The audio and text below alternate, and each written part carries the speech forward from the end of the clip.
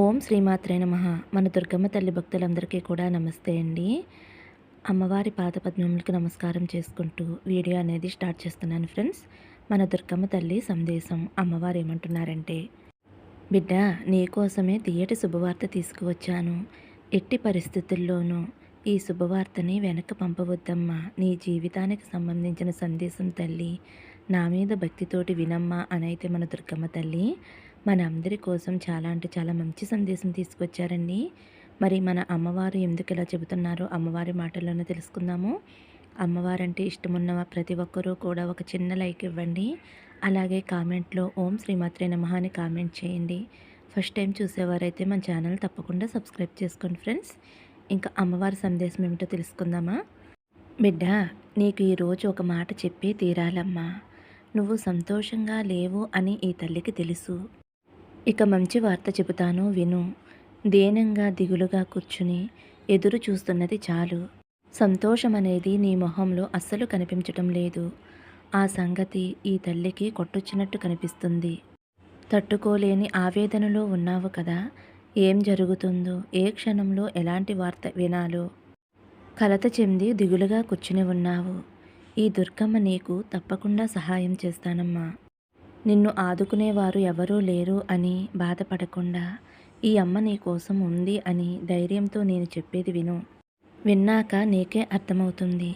నువ్వు ఎంతో పైకి నవ్వుతూ ఉన్నా లోపల చాలా రగిలిపోతున్నావు. అగ్నిగుండం నీ లోపల రగులుతుంది అని నాకు తెలుసమ్మా.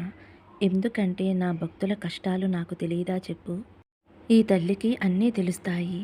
కానీ నువ్వు మాత్రం నీ దుఃఖాన్ని ఈ తల్లికి కనపడకుండా చేయాలి అని ఎందుకు అనుకుంటున్నావు చెప్పు.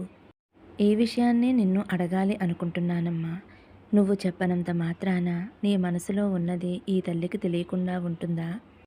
జీవితంలో నా బిడ్డలు ఎక్కడ ఉన్నా సరే వారిని గెలిపించుకోవాలి, వారికి ఏ కష్టం రాకుండా చూసుకోవాలి అని నేను తాపత్రయపడుతూ ఉంటాను. అలాగే నువ్వు అమ్మ నాకు సహాయం చేయకుండా ఉంటుందా, అమ్మ ఈ కష్టాలు తొలగించకుండా ఉంటుందా అని మనసులో ప్రాధేయపడుతున్నావు నా దగ్గర. నువ్వు నన్ను నమ్మినప్పటి నుంచి నన్నే నమ్ముకుని ఉన్నావు తల్లి. కానీ నాకు మాత్రమే ఎందుకు ఇన్ని బాధలు అని నీ ఆవేదన నీ కన్నీళ్ళ రూపంలో ఈ తల్లి దగ్గర చెప్పుకున్నావు. అమ్మా దుర్గమ్మ, ఈ కష్టాలు నేను ఎప్పటి వరకు అనుభవించాలి? ఈ బాధలతోటి చావలేక బ్రతకలేక అల్లాడిపోతున్నాను. ఎంతకాలం ఈ ఒంటరి పోరాటం? నువ్వు ఉన్నావు అన్న ధైర్యంతో కాలం గడుపుతూ నన్ను గట్టెక్కించే బాధ్యత నీపై ఉంది కదా. నన్ను కాపాడు తల్లి అని కన్నీటితో నన్ను అడుగుతున్నావమ్మా. నా వైపు దీనంగా చూస్తూ నన్ను అడగటం నాకు ఎంతో బాధగా ఉంది తల్లి. అన్నీ నాకు అర్థమవుతున్నాయి. నీ కర్మదోషాలు తొలగే వరకు ఈ బాధలు కష్టాలు తప్పవు. నీ యొక్క ఓపికని, ధైర్యాన్ని, నమ్మకాన్ని బలంగా మార్చుకుని ఉంటే తప్పకుండా నువ్వు గెలుస్తావు. నీ ధైర్యం నీకు శ్రీరామరక్షగా ఉంటుంది. దేనికి కూడా భయపడకుండా నా తల్లి నాకు అండగా ఉంది. ఎలాంటి శత్రు భయం, ఎలాంటి భీతి భయం లేకుండా నన్ను కాపాడుతుంది. ఈ పోరాటంలో తప్పకుండా నన్ను గెలిపించి నన్ను రక్షించి నాకు విజయాన్ని ఇస్తుంది తల్లి అని నా మీద నమ్మకంతో ఉన్నావు. ఇప్పుడు నువ్వు అనుభవిస్తున్న కష్టం నీ జీవిత కాలానికి ఒక పెద్ద పరీక్ష. అతి త్వరలో నీకు సంతోషం, ఆనందం రాబోతుంది తల్లి. అతి త్వరలో నీ కష్టాలన్నీ కూడా తొలగిపోతున్నాయి. ఈ తల్లి చెప్పిన మాట వింటావు కదమ్మా. తప్పకుండా వింటే నీకే తెలుస్తుంది. ఒక్క విషయం నువ్వు మనసులో గుర్తుంచుకోవాలి. ఈ లోకంలో దేని మీద కూడా ఆశ ఉంచుకోవద్దు. అది బంధమైన, వస్తువైనా, దేనినైనా సరే నువ్వు ఎక్కువగా అభిమానించవద్దు. అలా అభిమానించేది దక్కలేదు అంటే నీ మనసు ఎంతగానో తీరని దుఃఖంతో బాధపడుతుంది. ఏదైనా సరే తట్టుకునే మనోధైర్యం పెంచుకో. కష్టం వచ్చింది అని, బంధం దూరమైంది అని నువ్వు బాధపడవద్దు. నీకు ఇప్పుడు కాలం బాగోలేదు అంటే, టైం బాగోలేదు అని నువ్వు అస్సలు దిగులు చెందవద్దమ్మా. ఈ అమ్మను పిలిచావు కదా. కాలం బాగోలేకపోయినా అన్నిటినీ కూడా నేను సరిచేస్తాను. నాపై అభిమానం ఉన్నంత వరకు నేను ఎప్పుడూ కూడా నీకు అండగా నిలుస్తాను. నీ యొక్క కాలం బాగోలేదు, సమయం బాగోలేదు అన్నా కూడా ఆ సమయాన్నైనా సరే నేను సరిచేసి నీకు సహాయం చేస్తాను.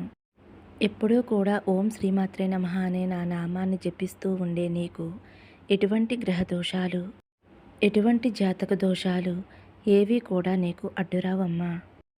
ప్రతిసారి నన్ను వెతుక్కుంటూ నా దగ్గరకు వస్తావమ్మా. నీ దగ్గర ఉన్న అతి మంచి గుణమేమిటో తెలుసా? నీకు ఎవరైనా చెడు చేసినా సరే, నిన్ను నొప్పించినా సరే, వాళ్ళని బాధ పెట్టాలి అని అనుకోవు. నీలో నువ్వే బాధపడి వాళ్ళపై పగ అనేదే లేకుండా వాళ్ళ మీద సానుభూతి పెంచుకుంటావు. దీనివలనే నువ్వు నాకు మరింత ముద్దుబిడ్డవయ్యావమ్మా. ఎవరో నిన్ను అవమానించారని వారికి శాపనార్థాలు పెట్టవు. వారు చెడిపోవాలి అని నీ మనసులో కూడా తలుచుకోవు. ఇది ఎంత మంచి గుణమో తెలుసా తల్లి?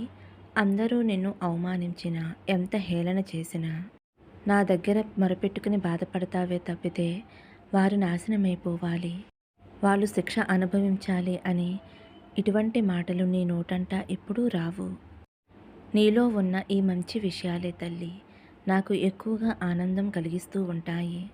నువ్వు ఎంతో మనసున్న బిడ్డవి కాబట్టి నేను ఎంతో ఓపికగా నీకు ఈ మాటలు చెబుతున్నానమ్మా. అందరూ హేళన చేసినా, అవమానించినా నా దగ్గర మొరపెట్టుకుని బాధపడతావే తప్పితే ఎవరినీ ఏమీ అనవు. నన్నే నమ్ముకున్న నిన్ను ఏమాత్రమూ చేయి వదలకుండా నిన్ను రక్షిస్తాను. నిన్ను హేళన చేసిన వారందరూ కూడా తమ తప్పు తెలుసుకుని నీ స్వచ్ఛమైన మనసు చూసి నిన్ను వెతుక్కుంటూ రాబోయే కాలం అతి త్వరలో ఉంది.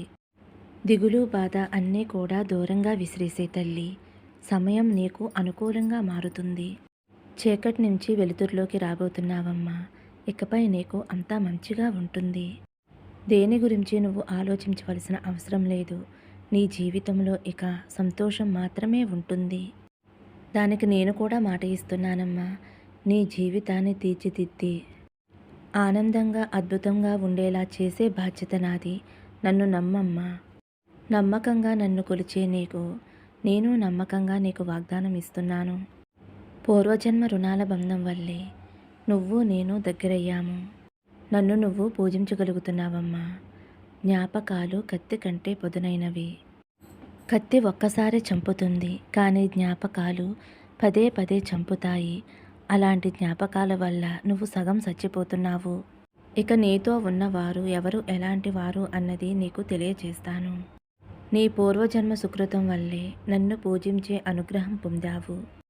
నేను ఒక విషయం చెప్పనా తల్లి? ఇది నీ జీవితంలో ఎంతగానో ఉపయోగపడుతుంది.